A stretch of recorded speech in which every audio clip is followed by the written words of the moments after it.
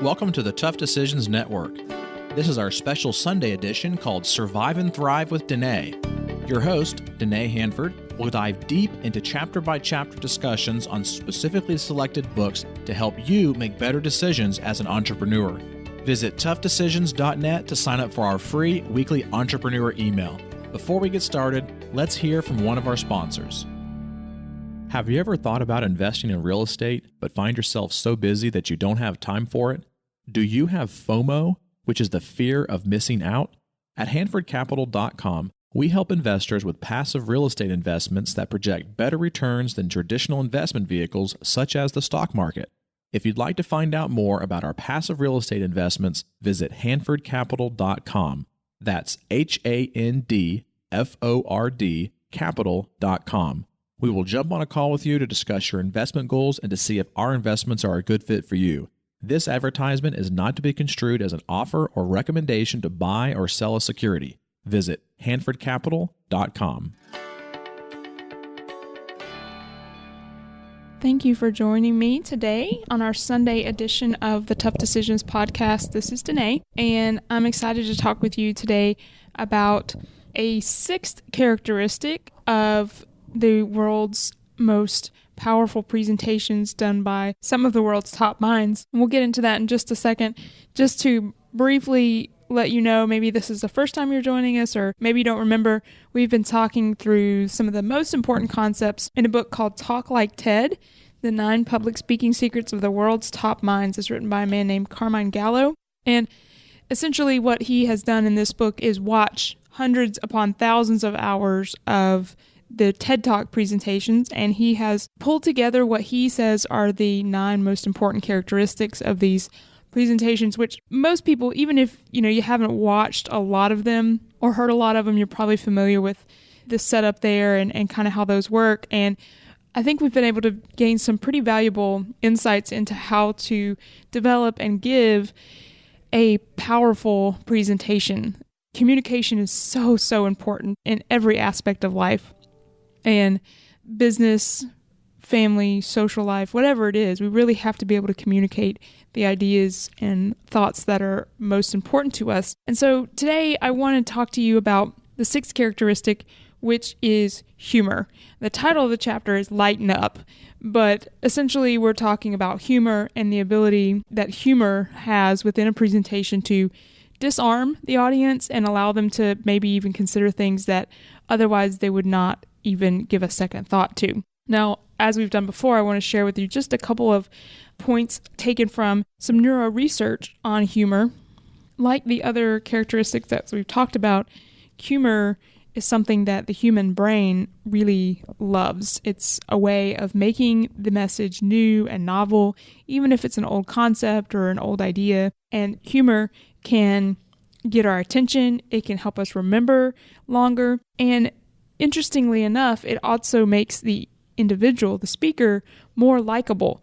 So let me share with you just a couple of things. Some research done by Professor Martin of University of Western Ontario shows that humor is used by people to reinforce their position in a group. In other words, typically it's the people that are in a position of dominance in a group that will use humor. And translated into speaking, when you are comfortable and confident in your topic and in your ideas, then you can use humor to communicate that because you are in a position of dominance or expertise compared to the audience.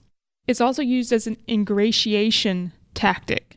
Try to say that 4 times fast.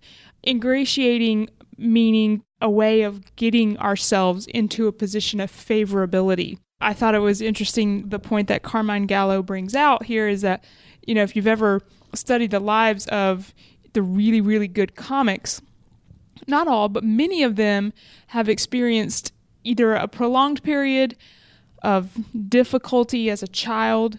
And what they did during that time is they became really, really good at using humor to ingratiate themselves with the people in their lives.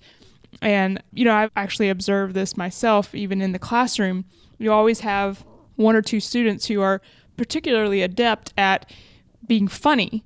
Not always, but a lot of times those students are the ones that come from really, really difficult home situations. And humor is more of a survival tactic for them, and so they have to get really good at it. But that being said, we can use it ourselves as a way of gaining favor with the audience, people that are listening to us. It's also an example of what Martin would call affect induction. Let me just quote here him, a method of communication designed to capture the attention of others to convey important emotional information and to activate similar emotions in others. That, remember, is important. And one reason why we would use storytelling is to sort of get the audience onto the same brain wavelength as we are. Well, humor does the same thing.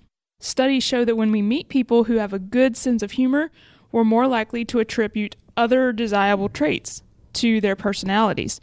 So humor can be very, very useful, very practical when presenting lots of different ideas, but especially ideas that are somewhat controversial, and I'll come back to that a little bit here at the end of the podcast.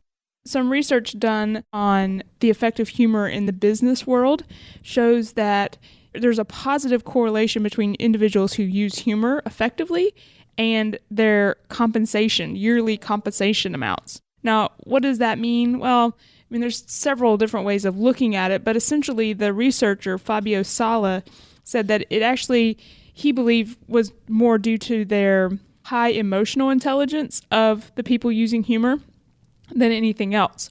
But when we can use that humor effectively, then it can have a positive correlation, or it can have a positive effect on the way people view us. Not necessarily, when you're presenting, maybe not necessarily a direct correlation to the income that we're going to get from that speaking.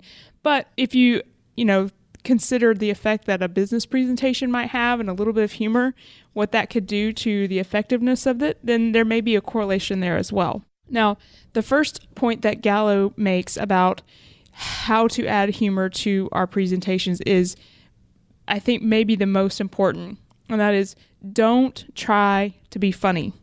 In other words, avoid telling jokes. You're not up there to be a comedian. And he makes another good point in that, there's a handful of really good comedians out there, and they make their living, and that's what people go to see, but that's not what they're listening to you for, right? They have another purpose of listening to your presentation, so there's no need to try to be something you're not. He also mentions, the work that it takes to be a comedian and just stand up in front of a crowd and tell jokes, and I can't think of a much more miserable place for myself to be. I would not want that job. They spend hours and hours and, big portions of their lifetime preparing these jokes and writing these jokes and getting the presentation just right, and still sometimes they don't get it. He talks about Jerry Seinfeld, who, of course, is a well-known comedian, and how Jerry was sharing at one point how he was working on a particular joke, and he was telling the audience that he had worked on the joke for 2 years, and he said he still wasn't happy with it. So he said that interview kind of showed him a couple of things. Number one, the humor we use in presentations and how we deliver that humor has to be carefully crafted and considered. So when you are preparing this presentation and you are adding some humor, you have to really carefully consider what you're saying, what you'll be doing, and what the purpose of that humor is. And number two, comedy humor is just plain old hard work. So don't go into it with the idea that you're just going to tell a couple jokes, especially at the beginning, to ingratiate yourself, and then you're going to move on to your topic. Not only are you probably not going to ingratiate yourself, it's not really going to do what it needs to do to support your topic, which is the intent of using the humor to start with. I think probably the most important and most vital general guideline that Gallo gives is that if it's something that made you smile or made you laugh in the past, then chances are your audience is also going to smile or laugh. And we're not necessarily going for an all-out belly laugh in our presentation. What we're going for is just an acknowledgement of humor in a situation that we can all agree on, and that will make it memorable. So he then gives 5 ways to add humor to a presentation. I'm going to go through those fairly quickly because they're things that we have talked about before. Number 1, anecdotes, observations, and personal stories. If something has happened to you or you've observed an event happen to someone else that was humorous to you, then chances are your audience is also going to find it humorous. And the event itself may not be humorous, but you may be able to look at it from a different point of view that provides a little humor. Chances are your audience is going to find that humorous as well. Number 2, analogies and metaphors, comparisons, contrasts, analogies. Those things provide your audience with a different point of view, a different perspective, a different way of looking at things, and they can be humorous. Number 3, quotes. And the thing I like about this one is that, number 1, it doesn't have to be a quote from a famous person. A lot of times we think, I got to find somebody famous who quoted something to support my topic. Not necessarily. And not only does it not have to be famous, but you're actually allowing someone else to do the work for you. If you can find someone with a humorous way of looking at your topic or your point of view or your information, then you can share that, you can quote them, and let them be the funny one. And then that way they're bearing the brunt of that, and you're just providing it as a way of grabbing interest and supporting your topic. Number 4, video, and then number 5, very closely related to that, photos. And Gallo makes the point here that sometimes PowerPoint presentations can be so dry and boring because they just have almost no emotional impact. So many times they're just, bullet lists, they're statistics, they're pie charts, they're graphs, and there's no emotional impact. If you can scatter in there pictures, photos, videos that drive home your point, then not only are you going to be keeping the interest of your audience longer, you're going to make it more memorable, and you're going to give them something to laugh at.